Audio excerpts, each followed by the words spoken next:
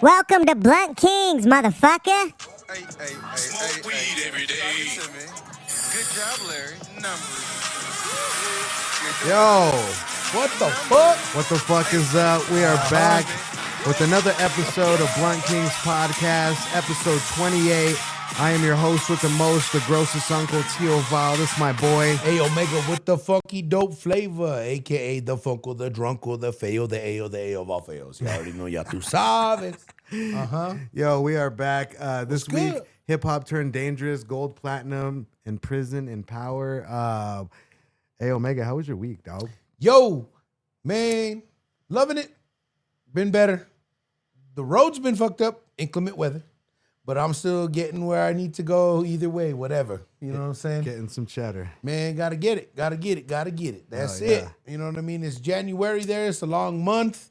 You know what I'm saying? Next month it'll be a short month, and everybody gonna be worried about income tax and, you know, such and such. But the only thing that I'm happy about is, you know what I'm saying? At least the gas is reasonable right now. You know what I mean? Gas prices are down. That is a big plus. I was able to put gas twice this week, which is pretty dope. Yo, that's what I'm saying. For the amount of driving we do there, you know what I'm saying? That was proper. So I was like, okay, cool. You know, look at the good as well as, you know, some of the bad, taking those into consideration this week. But Nah, the week for has real. been good there. How's your week been, Val? It's been good. Actually, this weekend was super dope. I had both my sons again for the second time this year, which is Blessing. beginning to be like the best thing ever.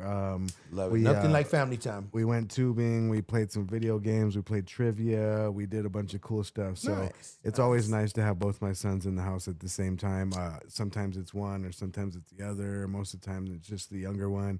So it was nice to have my older one in the house at the same time. So Amen. it sucks that his truck had to get stolen for him to kick it with me, but Man. I guess God works in mysterious ways because we're gonna get him another one. You know what I'm saying? Yo, that's what. But still, man, that's crazy there for sure. You know what I mean? Hopefully, y'all get that back intact. This is the second time it got stolen. A second time? Yeah, so we found Wow. it the first time, and then we fixed it up. We got it back to normal, and then somebody stole it again. So we're on the lookout for it. If you guys have my son's white Silverado, I will find you, You found it the first time. and I will destroy you. No, just kidding. But yeah, no, it's been a good week. A lot of fucking back and forth at work. Yes, I A would lot say of that. craziness going on, but you know, we handle it as we handle it, and we know that we don't do anything that's unethical, so we don't worry about it when some of this shit pops up. You know? We family folk. Hell yeah. You know what I'm saying? We keep it real. You know, we keep it chill with the friends and the folks that are around us there that actually ain't fraudulent. So we are going into the 5th week of January. Yes, the 5th week. January is not over. Let's go. We're going through the 25th through the 31st, and we're gonna go through all the stuff that we missed throughout January, and then some more. Yo, I'm ready there. I'm fucking lot of stuff to fucking go through, folks there. So bear with us there. You know what I mean?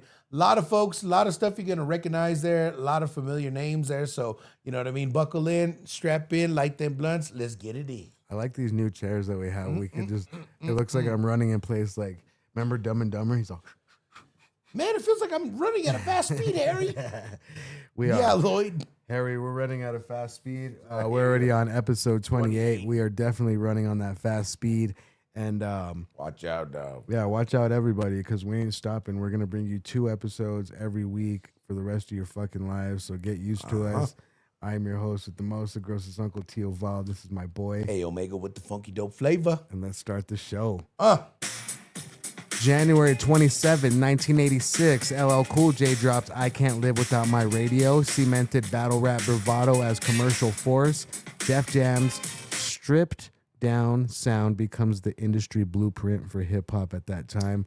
that was nice. Let's see, I was 1 years old. I was probably still listening to like lullabies and shit. So like, You were hearing mom go, yeah, I would hear my mom be like, I can't live without my radio. No, I'm just kidding. Nah, that was dope though. I do remember LL Cool J like in the older days, but like I said, like when he pops up in these younger, like 86, 85, 88, era. You know what I mean? Like I Remind me of Chris Brown. Yeah, all I could. Yeah, he was the '80s version He's of a Chris Brown for there sure, for for sure. sure. You know what I'm And saying? and then Chris Brown came along and then fucking took every fucking girlfriend there was on the planet.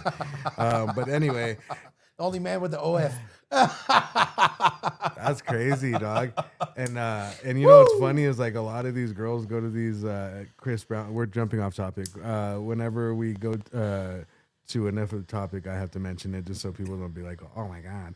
But yeah, so A Omega mentioned that LL Cool J was like the 1980s version of Chris Brown, Correct. right? Yeah, yeah. And so now we're talking about Chris Brown now. He charges girlfriends girls that are involved in relationships with other guys. He'll charge them like $1,200 to be their boyfriend for the day and take a picture with them and shit. Like that fucker is balling on tour and making a lot of boyfriends sad. So man. shout out Pimpin' to ain't Chris dead, it Brown. moved to the web. I know what you mean, dog. I've done it before, you know. So yeah, but yeah, LL Cool J definitely one of those symbols back in the day. You're right. He was like a Chris Brown of the 80s, 90s, and even the 2000s, like early 2000s. Oh, he was yeah. like Straight something up. like a phenomenon. And all Yo, that I mean, shit. not to mention, the Any real, given Sunday. well, when he did his smoozy, like real R&B stuff, when he hooked up with fucking Boys to Men, right? Hey Lover. Oh, dude, that's one of know my what I favorite mean? songs of all time, dog. That This beat, is more than a that beat's cry. fucking nasty, You know what I dog. mean? Yeah, and the Like, video's that was dope just- as fuck. Like he's standing with like Yeah. the rolled up pants on top of the Benz. You know what I'm saying? Like just Mm-hmm.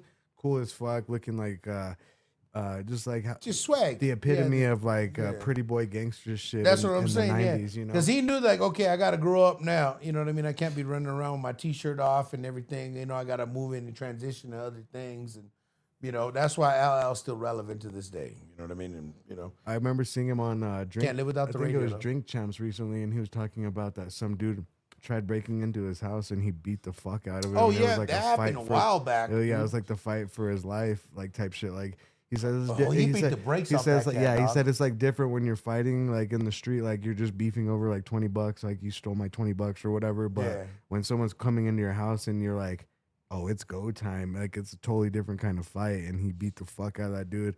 Probably almost killed him. They wanted to fucking get him in trouble, and it was like, no, you broke into my pad. And, yeah. you know, there's a lot of these weird legalities now that, like, if fucking you have a home intruder trying to come fight you there, you know what I mean? Whatever. We're getting off topic there, but I'd have got a yeah, 10. yeah. I'm just saying. saying. There was a guy, remember on Liar Liar, there was a intruder that fell from the roof and cut himself on the knife that was in the chopping block, and then he tried to sue the lady for $5,000, and Jim Carrey's all, I'd have got him 10. So it's like that's the legality you're talking about, right? Yeah. No, But definitely. the LL there, you know what I mean? That time he was so lyrically hard. You know what I mean? Like he came out with the fast, and you know he was standing on top of the cars. He was ghost riding. You know what I mean? Like he was literally standing on it with the Nikes and the Adidas jumpsuit there with no shirt on and just the chain and a bucket hat. He It started was that classic. shit. It He's was the one. classic. He was the original rapper to be standing on cars and shit like that, Literally, and like man. with some fresh sneakers on. And now, like you literally see from all the YNs to the older rappers, they'll be doing that shit. Jay Diggs, you know, I've seen Jay Diggs standing on the hood while it's Ghost A Riding. Range the whip. Rover Yeah, going across the exactly, yeah. bridge. Yeah, so Like what? LL Cool J definitely an innovator and inspiration to hip hop artists and fans all over the world for sure. Salute. Moving along. January 26, 1987, Eric B. and Rakim dropped Paid in Full, officially certified gold. Industry acknowledgement of Rakim's revolutionary lyricism. Internal rhyme schemes become the new standard for hip hop. I remember when I first heard Rakim. I heard Rakim a long time ago, right? Like back in the day. But then when I first like really listened to Rakim's rhyme scheme was when he was about to signed to Aftermath, right? When he was doing songs over Dr. Dre beats and shit like that. And I heard a song that he even wrote for Dr. Dre for the Detox, dog. And bro, the nastiest lyricism exercise I've ever heard of on a beat. You know what I mean? He's Like, too tough, yeah, bro. like I was trying to choose my words wisely when I talk about Rakim because he's the God MC and he deserves all of the flowers. Now, give him his now that give he's him his still flowers, alive. folks. Yeah, you guys need to really give Rakim his flowers. I And know. if you don't know, go and check him out there because he's gonna blow your mind. Yeah, I know. Especially if you're an artist. And if you like a lot of these MCs like Nas, Jay-Z, 50 Cent, any of these like New York hardcore This guy laid the lyricists, foundation. this guy, yeah, Rakim is the one that laid the foundation for that shit. He set the bar for the internal rhyme schemes, like how to break shit down. And, you know, you start one rhyme here and then what the fuck, where did it go? And then it comes back, boom. And I don't know. It's just like one of those like sugar-free type, how free it is. You know what I mean? He is a god. Yeah.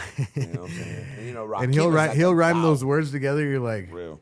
fuck, that rhymes with that when you put it in that formatic Man, sentence. my You're favorite crazy. one, dude, was that time. Remember when he did it was a Kanye?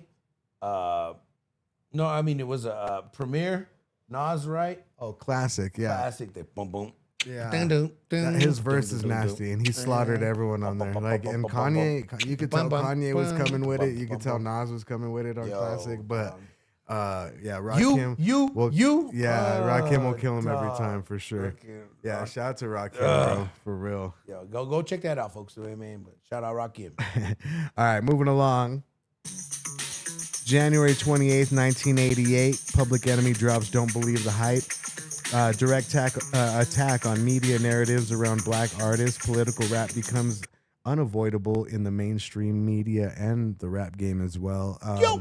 We had Chuck D and Flava Flav tearing it up. They're going super hard at the media. They're going super hard revolutionary-wise at everybody that was against, you know, black power, basically. And like they were trying to stop all racism and flip the narrative so that way it would be an even playing field across the board. Is that correct? Well, I would say they were trying to tell us back then, you know, specifically those two. Don't believe the hype. I mean, they told y'all, you know, very political, hipping it down, very spiritual. You know what I mean? Don't believe the hype. I love his impressions of people. It's fucking dead on every You know time. what I mean? Like, for real, don't believe the hype. Yeah, Oh, boy. you know what I'm saying? I could just do Flavor Flav. I can't. It's crazy. Chuck D, It's the all an original. animal. Me and my people's over here in the sandals. You know what I mean? Crocs, no Crocs, they had sandals. You know what I mean? For real. Graffiti artists were the vandals. And they was just, I mean, I remember when they came to the Bay Area, you know what I mean? Santa Fe, man, you know, they said it was a good show, you know what I mean? They tore it up, you know what I mean? And what they stood for in the original part was just to go against the grain, go against the system, be a rebel. Love it. You know what I mean? Like rock and roll was to the other shit, you know what I mean? Public Just Enemy will go always against be it my there. favorite message You in know what I hip hop mean? for sure. It's just literally like, fuck everything that you think is what you think it is. It's not, you know, and they've been trying to tell you that from the beginning. So yeah, shout out to Public Enemy, definitely Chuck D and Flava Flav for sure. You opened up our brain. All right, let's see. Let's go. All right, moving on. January 30th, 1989, Straight Outta Compton, certified platinum by this point. Gangster rap officially crosses into mass commercial success. Okay. FBI pressure plus national controversy amplify the genre. Every fucking white kid in America had an N.W.A. album in their room. The dads were upset. The moms were pissed off.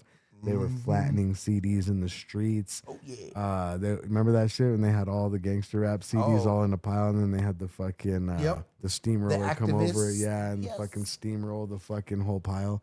Shit was crazy back then, and me and A Omega were just blessed to be a part of like the eras that be when we came up as we were growing up. You know, we could have been born. We saw we that. could have been born any year, but to be born 84, 85, like. That's super dope for anybody. Like if a lot of like, and I tell this to everybody, they go, "Oh, what do you think about football or what do you think about cars?" And I go, "Ask me what I think about hip hop, and I could tell you anything you want to know about any of these artists, backgrounds, whatever. If I really like the artist, I could tell you a little bit more about them. But like, Go in depth. like my Yeah. point is to these people is like we never grew up into that mind state of like, oh, like I know you were in sports, right?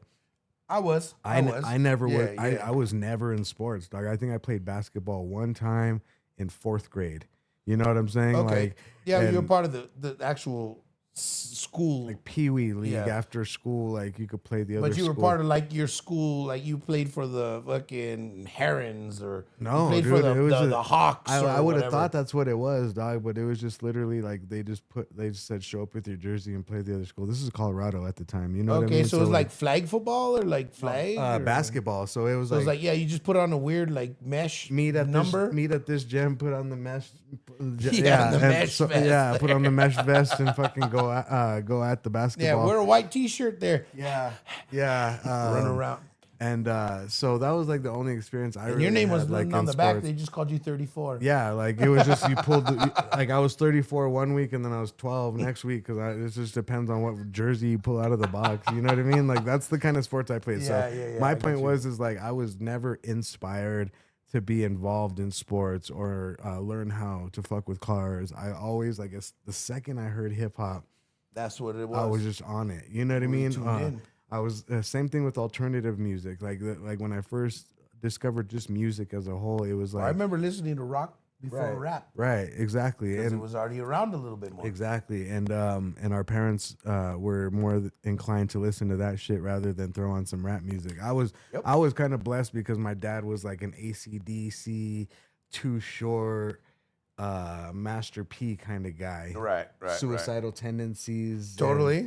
And Snoop. You know what I mean? Like Yeah, that's kind of yeah. like what my dad was all into, right? And so, you know my dad. Yeah, right? your my dad- dad was motherfucking. I want to listen to some Thelonious Monk. yeah, and he was like my stepdad. He was like my stepdad, Kevin. He's the one that Yeah. got me into like literally like the album covers, Jimi Hendrix. lyrics itself. Like you open up the booklet and you listen to the song and read the book Read the lyrics. as you're going down, and that's kind of how I learned how to write music. Along with, you know, when I learned how to write rap, I took that. That's why we read a lot, folks. and you know what I mean, like a little piece yeah. of everything, and that's how we became good writers or good songwriters. You know what I mean? Like it's been a good journey just to be able to find peace and harmony through a lot of these moments when you find just a random album cover in your dad's collection, right? And you're like, what the fuck is this? It looks weird as fuck, but it doesn't I look, want to play it. it Put doesn't look on. like rap or rock. It looks like something obscure. So I throw it on and you listen to that shit and you're like, Find oh, something way totally beautiful. different kind of music that I've never even thought existed. So let's keep going and find some more genres, more genres. We look a certain way there, but folks, our brain is very, very open. Very And then people, broad. it trips people out. They go, hey, what's this about Nas? I could tell them, and then they go, oh, really? What's this about Jay-Z? I could tell them. You know what I mean? Yeah. Like fact or fiction. Like, And they get me there going on with the older crowd. You know what I mean? Yeah. You know, I could tap into them like real quick there for sure. You know what I mean? Blues. A Omega's dad country like, there. trained his brain. You know what I like, mean? Every Like- time a song comes on and I'm hanging out with him and his dad's like, hey, yo, who's this? And then Chris will answer the shit like out of the blue, and it's like it's not no rap shit or no fucking rock shit. It's like some deep fucking folk music, fucking sometimes like East Los Angeles, fucking oldies shit. Like you know what I mean? Like a little bit of everything. Like he'll fucking call him out on everything, and that fucker knows, dog. Like you don't want to mess with any of our brains when it comes to music itself. Like.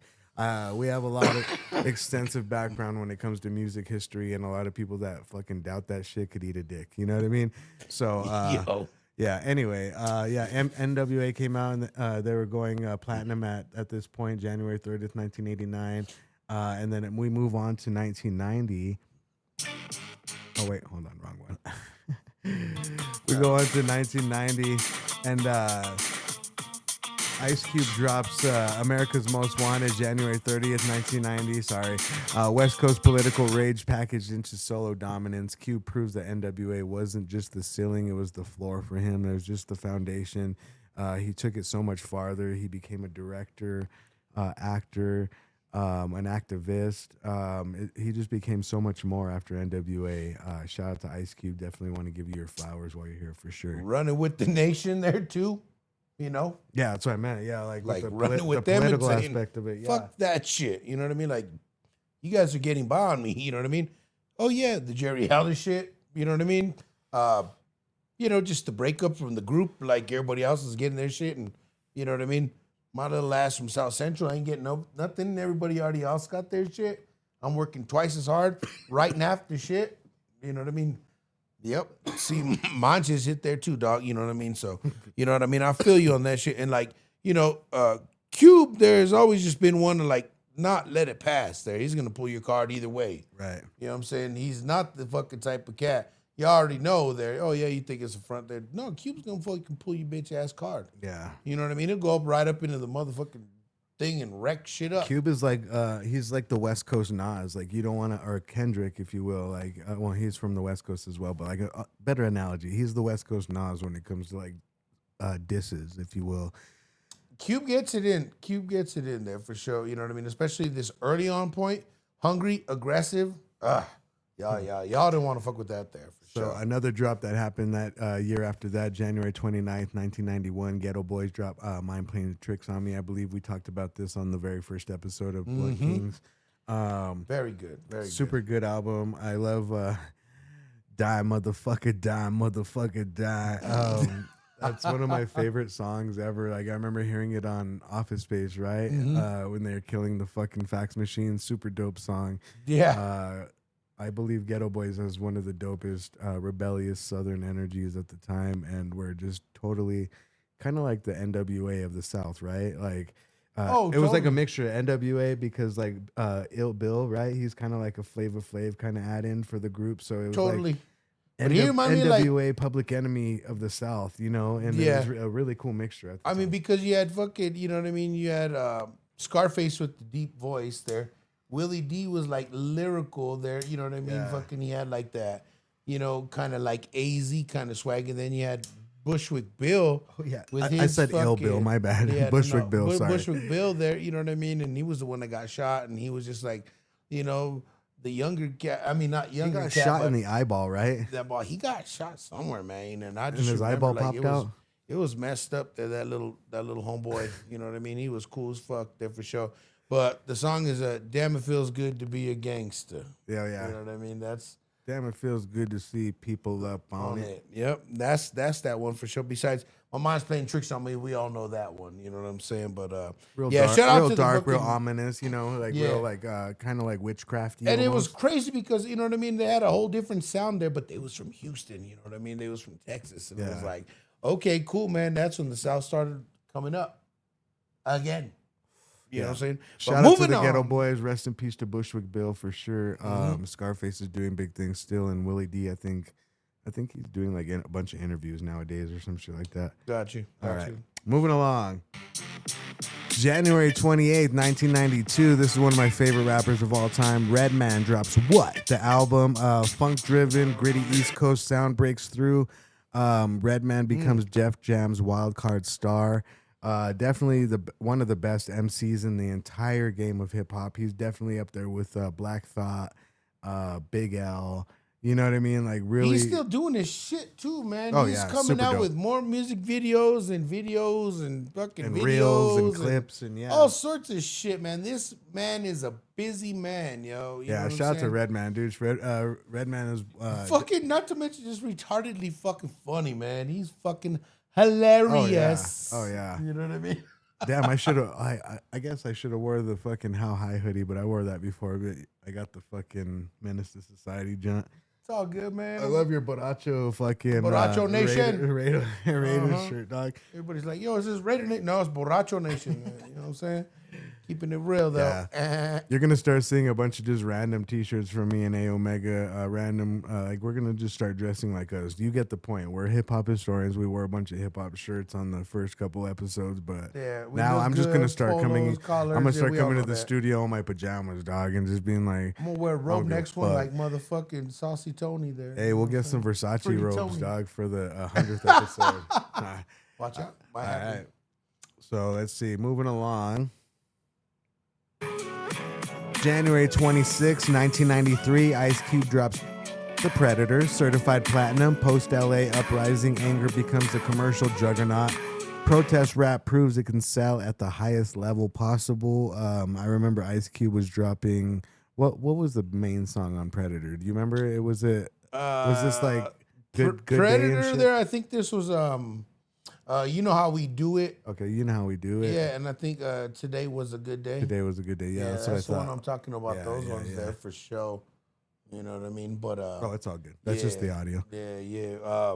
But those ones, I mean, damn, that was, fool, you know how we do it. Like everybody on the school bus was listening to that on that cheese wagon. You know what I'm saying? Yeah. Like how Cube was listening to the music while he was on the cheese wagon back in the day, looking at all the people. Remember, he listened to the 80s songs. You know what I mean? Yeah. This is all your life. You know what I'm saying? Like, remember that? That's right. That's when him and his homies are throwing up the fucking gang signs. And they're like, yo, what's up, Grab? They're like, pull over on a bus. You know what I mean? Like, But yeah, Cube the Predator, he was already like, you know what I mean, doing his thing there. You know what I'm saying? This was the year Hit the three-wheel motion. my brother was born this year. I do remember listening to this album up the street at my homie's brother's room. He would always be bumping like the new shit. He was like, I think maybe like 4 or 5 years older That's than what I'm us. saying. You know what I'm Yeah, saying? yeah. So he was bumping this shit plus like Warren G and all that in his room. And so I would always go in there and be like, what is this? He's like, oh, this is the new Ice Cube. Okay, bet. And then I'd get back to playing. You know what I mean? Like, That's why I used to do it too, cuz because I like, wasn't really, I like, wasn't too into it. Like, let me stop and listen. I was just like, what is that? They're like, Ice Cube. And I'm like, bet.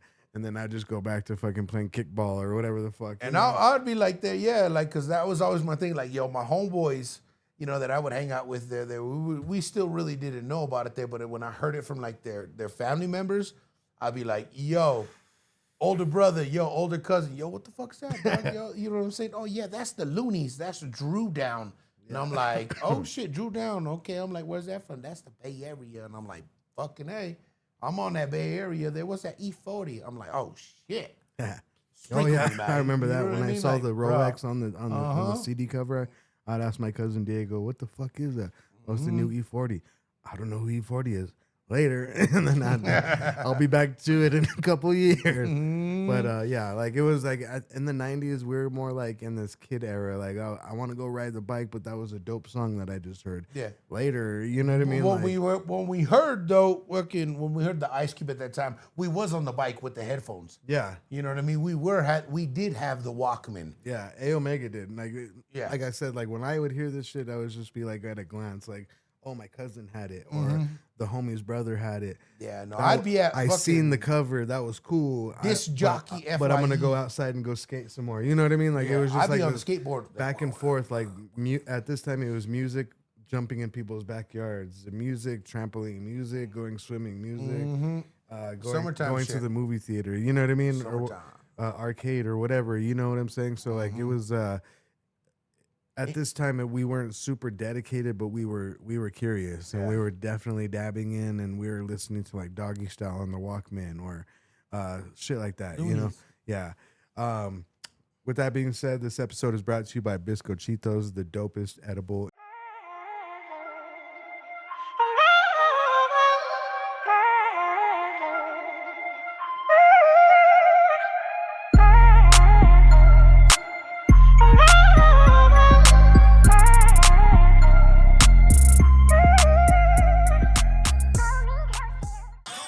I figured you will understand. Hope you're ready for the next episode. Welcome to Blunt Kings, motherfucker. Hey. Smoke weed every day. Good job, Larry. Numbers. You're doing good. Welcome back. Episode 28, Blunt Kings Podcast. I am your host with the most, the grossest uncle, Tio Val. This is my boy. Hey, yo, make it with the funky dope flavor, aka the vocal, the drunker, the fail, the ale, the failest of all ales. You already know, Episode 28, guys. baby. We're going. We in. I know this one sounds a little repetitive, but there is some things that we missed in the 5th week of January, and you got to remember that when we first started this, we were doing it January, February, March, April. We weren't breaking it down by weeks, so there was a bunch of things that we missed on some of these first episodes that we came out with in Blunt Kings Podcast. So we're gonna go over it again, and if we say the same thing, then oh the fuck well, because we are gonna mention some stuff that we didn't mention as well. I know this is one of the ones we did mention, but I did find a dope ass beat for it, and I wanted to talk about it again. Okay. One of my favorite artists of all time. January 27th, 1994, the Notorious B.I.G. drops Juicy. It was certified gold. New York's narrative rap renaissance officially crowned. Hustler to star, storytelling dominates the radio. Biggie was a crack dealer. He became one of the best rappers to ever do it in the game. Really cool story on Biggie. He started off in a private school, you know, was busting freestyles. His mom is Jamaican, correct? That's correct. And he was just heavy on like, I believe his uncle was even like a saxophone player in Jamaica or some shit like that. And the way it was really weird, like when they were talking about the way of his uncle's rhythm was like the way of Biggie's iambic pentameter when he was rhyming. So it was Okay. kind of crazy to kind of put those two pieces together and be like, well, maybe his uncle's influence is so great on him that he just picked up that rhythm of of the trumpet, you know what I'm saying, and just played his voice as the trumpet on the beats that he rapped on. Well, I could say that that's probably very, very true and accurate there, man. My pops there, he didn't have a lot of siblings there, but his uncle is almost like the splitting image of him and like the way that he is naturally for my family there. Okay. I would say my great uncle Gilbert, he was the music man, you know what I mean, used to play in the army band, you know what I mean, played everything from saxophone to violin to many reeds. He'd also play piano, you know what I mean? So definitely somebody that been around like that, and then taught my dad how to stretch his ear to listen to certain things or keep it like that there. So I would definitely say that that's very true with that. You know what I mean? Like when you have that certain family member there, I mean, you got to be introduced somehow. You know what I mean? You don't just end up a stunt man because out of nowhere. You know what I mean? Yeah. Like you're heavily influenced with like us, for instance. There, you know what I mean? We are librarian historians of this hip hop shit. You know what I'm saying? And that's because we learned it from our folk. What really what really tripped me out, and it's super off topic, but when you say how we're like the historian librarians of hip hop, right? When the game would start rapping like other rappers, it would always get me so fucking jealous because I was like, we could have been doing this whole time. Like, did this whole narrative of let's do a song like every favorite rapper that we've ever were influenced by, and we would have pulled it off perfectly. And then I heard Game rapping like Raekwon and Nas and like all these different voices and rhyming styles, and I was like, you fuckhead. I was like, I wanted to do that shit first. Yeah. But it was super dope that he actually pulled that shit off. And yeah, shout out to the Game and shout out to Biggie, yo. Biggie, yeah, because he even did like rhyme schemes like Biggie and Tupac and Dr. Dre and It's so stuff like that. hard. Yeah, You yeah. know what I mean? Like he would do these Yeah. other ones from his time, like the 80s. You know what Yeah. I'm saying? Yep, exactly. All right, so moving along, 1995 was a super crazy year. January 25th, Tupac was sentenced to prison in New York for the sexual abuse case, a defining moment that reshapes Pac's worldview and music, directly influences the Me Against the World tone and narrative legacy that he produced right after that. Tupac was heavy on the fuck you, and it was apparent why. Yeah, I was looking for the perfect word. Man, I remember when Me Against the World came out. You know what I mean? Yeah. I remember Strictly there, and I was like, man, the year after that came out was Above the Rim. Oh yeah. You know what I mean? Above the Rim and all that came out, and it was like real heavy on that too. You know what I mean? So this is the era that he went to jail This for. was like, yeah. For the girl accusing him for the sexual abuse thing. It wasn't when the album came out. It was like when. Yeah, it was. It- This after was, this yeah, it influence was that, after yeah. this that this is when it Yeah. happened, and he went into jail. So when he was like right above the rim, they're like, no, yeah, I think he might have been death row or fuck, man. No, it was. This is where. So he went to jail, and then death row got him out right after this. right. So this was like Pac was partying with like the New York cats and the New York drug dealers and all Yeah, that shit. because And then, Death Row was doing the motherfucking the video shoot. yeah, right? That's and when he then was like, "What up, so Pac?" when he went to jail for the sexual abuse case, he was sitting in there. So he just did a track for him. Right? Yeah, he was That he was approached by Master P. He was approached by a bunch of people before Death Row finally came through with Suge, and they're like, "Motherfucker, we'll give you $1 million right now if you just sign with us when you get out of prison." And then right after that, he dropped. He did drop California Love. California Love right after that, and it was just insane. And then he passed away a couple years later, and You know, we all know the stories. Yeah. There, you know what I mean? or It's a crazy. year but- later after this, he dropped. But for it, that so sexual abuse shit, though, there, you know what I mean? That was pretty. that was all wild. bullshit. Yeah. Yeah. You know Yeah, what I mean? fuck that we bitch. all know that shit. Yeah, How it Tupac goes. definitely didn't do that shit. Mess with the influencers there. Yep. Now they're baseball, basketball, soccer, hockey, all of it there. All right, moving on. Boom. All right, January 31st, 6 days later, 1995, the infamous Mobb Deep drops The Infamous. It went certified gold. Queensbridge street realism becomes the East Coast template for New York. Dark minimalist production reshapes 90s rap aesthetics. Super dope production. I believe Havoc was doing the beats for Mobb Deep at first, and then Alchemist came in after Murder Music came out, and then Great tracks.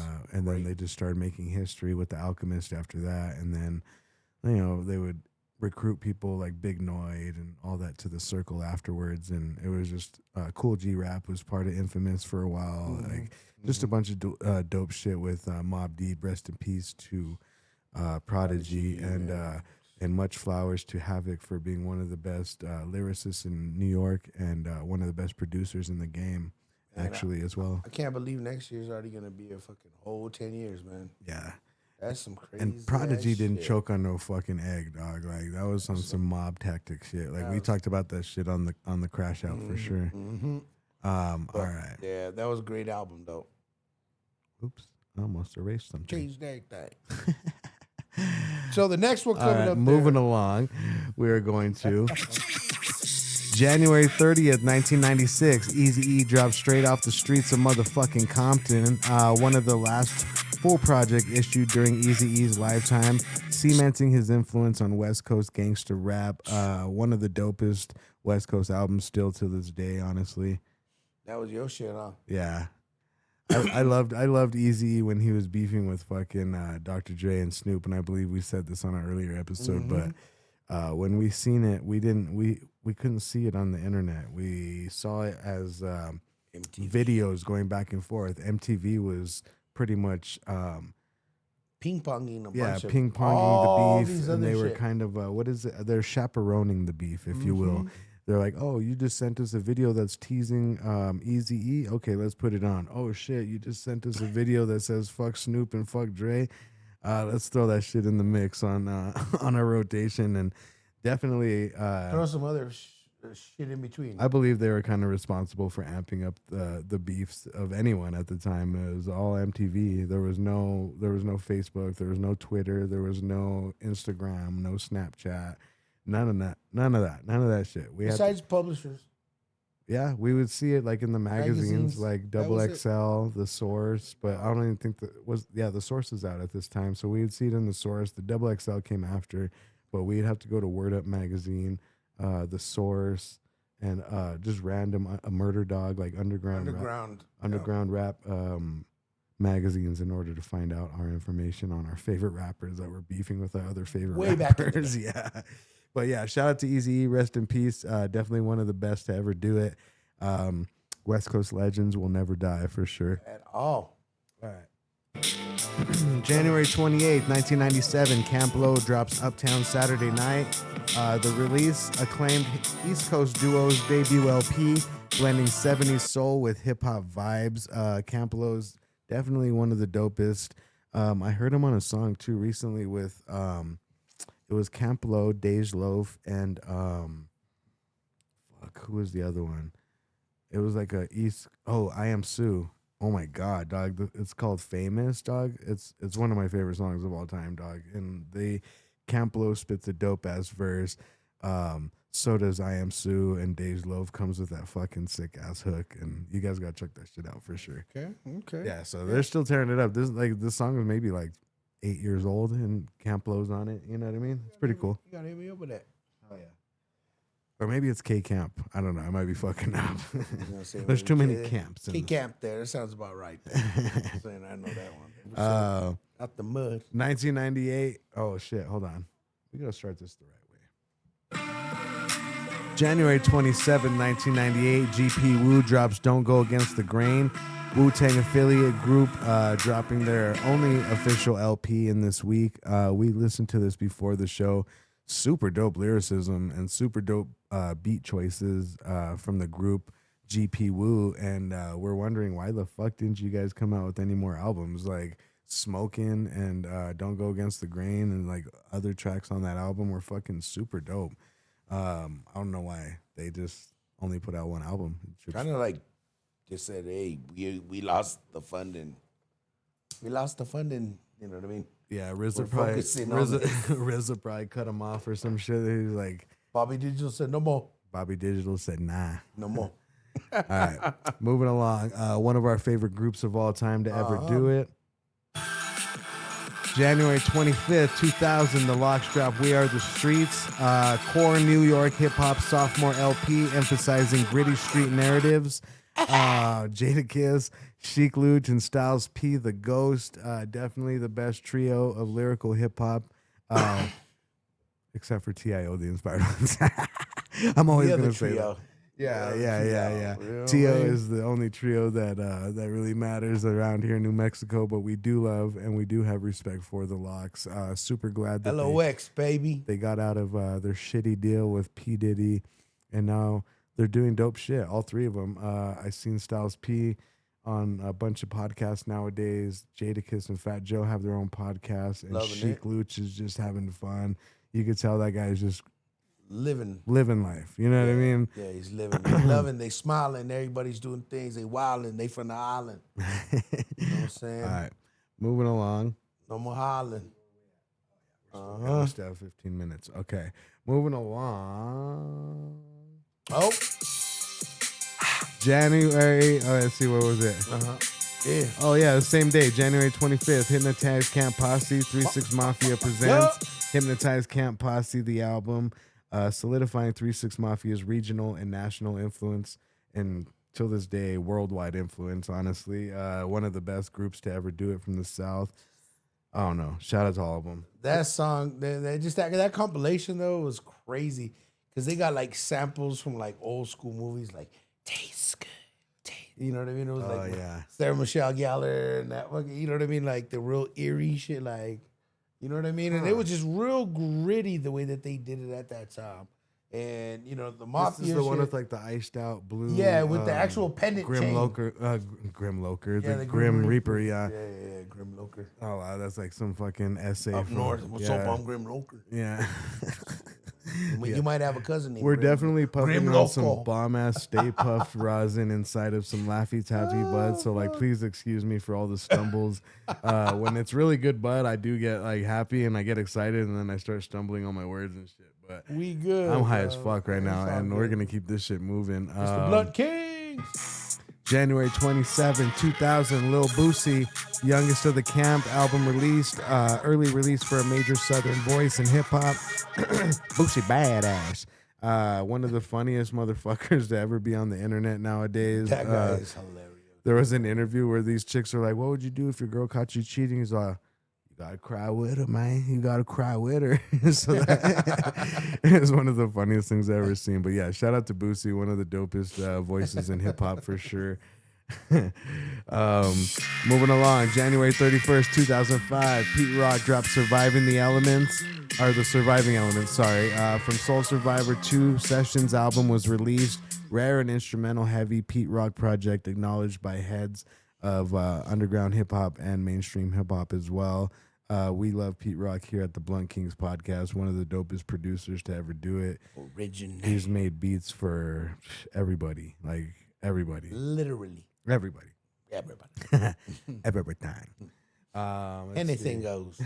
Oh, I saw her the other day at the dispensary. Shout out to Lady Tycho. She's the homegirl. Lady Tight, go. Anything goes. All right. Tell your mom, go.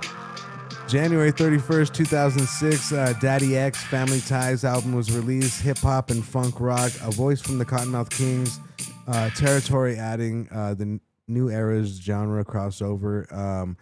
I like the Cottonmouth Kings. Daddy X was super cool. I know he was struggling with, I think like methamphetamines for a while or something like that. Maybe opiates or some Tough shit. times. But which rock star doesn't, right?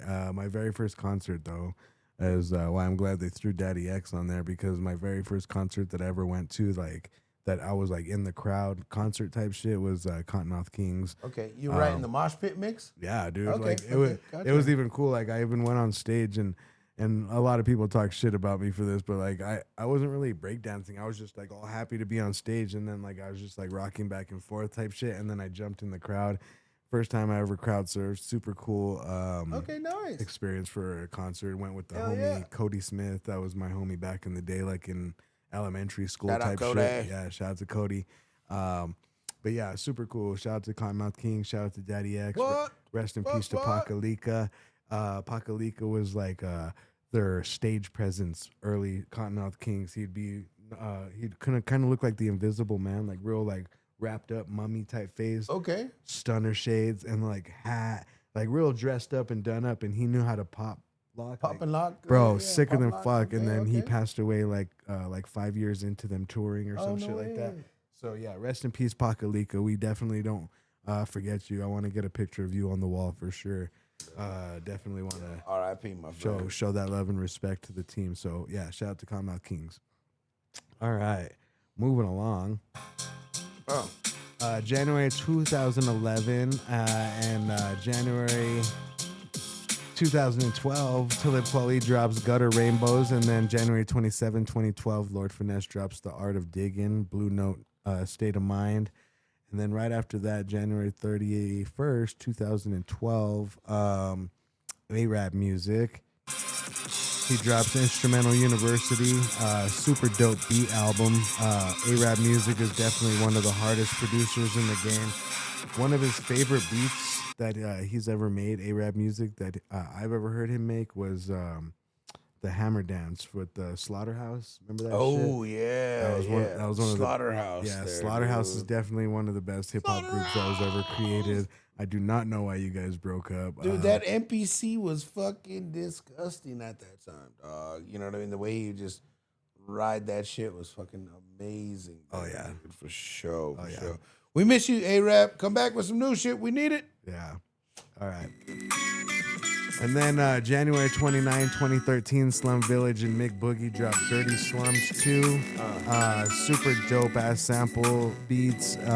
Slum Village is from Detroit, right? Oh yeah. One of Yes, the sir. dopest boom bap Detroit groups that have ever existed. They've done songs with Kanye West and a bunch of other Detroit legends and more. Totally Ninth Wonder. yeah, Fucking- Ninth I Wonder. mean, the hip hop on that side is a very hip hop centric there, folks, for sure. You know what I mean? I believe Alzai comes from that group as well. But yeah, really, really dope, man. And for sure, if you guys don't know Slum Village, y'all. miss out. And it's weird. We take a huge jump from 2013 to January 29, 2024. Lyrical Lemonade, All Is Yellow compilation album with various hip hop artists. Lyrical Lemonade, super dope, new, funky, fresh type of fucking vibe that's going on with Lyrical Lemonade. I know. And it's a compilation too? Yeah. Okay. Yeah, so it's just a bunch of dope ass artists over beats that I guess were produced by Lyrical Lemonade's producers or whatever. Go put that out, Unless man. they That paid sound good. producers. Yeah, I'd have to check that one out. Interesting. That sounds like driving music for me. Yeah. And then right after that, January 31st, excuse me, 2025, Mike dropped Showbiz. The album was released. We tried finding this earlier and we couldn't find it. So It's like, Mike, yeah, we just went Showbiz. along. And then, you know what I'm excited for, bro? Oh, upcoming? Upcoming albums of 2026 for the last week of January. We're looking at The Baby, Be More Grateful, one of the hardest motherfucking rappers to ever do it this generation. I think he, since that Suge song came out, what was it called, Suge? Or Oh, something the like that? baby then. Yeah. The baby, he's always had some fucking dope shit, but he's been like kind of quiet too and doing his thing. So I'm thinking he's just coming back with some like, you know what I mean, something to captivate everybody and get everybody's attention. You know what I mean? He's Well, a great artist. He when- really is. When You know they what I mean? when they tried to cancel him, I guess he had seen something that he didn't really appreciate seeing, and it was from a well-known rapper and another well-known rapper in the parking lot of some festival, I guess. And then he mentioned something about the LGBTQ community, and then got him under hot water. and then it got him in some hot water. Okay, so okay. he's kind of been ducking low for a little yeah, while. yeah, so. yeah. Well, stay low key, man. But yeah, shout out Work to on the your craft, baby though, man. dog. Like the baby, like keep talking that shit, Hit that bro. song again, man. Punch Hit that these one. motherfuckers in the face, dog. I don't know. I don't give a fuck. Hit that sample again, though. Yeah. Oh, the baby one. Yeah, we'll get it. Yeah. Shout out to the baby. Yo, This has been another awesome episode. Are you gonna bust your flow? no, not No. right now, though. Maybe a little later, though. The baby's album, Be More Grateful. Make sure you guys check out for that. It is on the way. This is episode 28 of Blunt Kings podcast. I am your host with the most, the grossest uncle, N.W.A, and this is my boy. Hey, Omega. The borracho with the funky dope flavor. You already know who it is. The funko, the drunko, the theo, the ale, the feo, the mal feo, ale. You know what I mean? We want to say thank y'all for tuning in again to episode 28. We're getting it in with my boy, always right here, T.O.V.A. You know what I mean? The wild child. The craziest of them all. I love getting stoned, and I love talking hip-hop, and I love talking conspiracies, so we're going to keep this train rolling. This is Blunt Kings, episode 28. We're going to Crash Out the Sitcom, episode 28 later on this week, so be prepared for that. I don't know what we're even going to talk about yet. We put these episodes together like that. We go off of what we see on the internet. With Blunt Kings, it's a little different. We kind of go through just the a history little different of it, format, and we yeah. run into albums that we do know of and that we loved, and then some that we skimmed on along the way. The ones that we and then we listen to them. But yeah, the ones we don't know about, we literally listen to them 2 hours before the show, study that shit, and we bring you what we bring you, and we hope you love it. I have the hiccups. I'm getting drunk off Red Bull and Chronic. This is your host with the most, the grossest uncle, T.O.V.A, and we'll see you next week. This is my boy. Hey, Omega, we out. One love.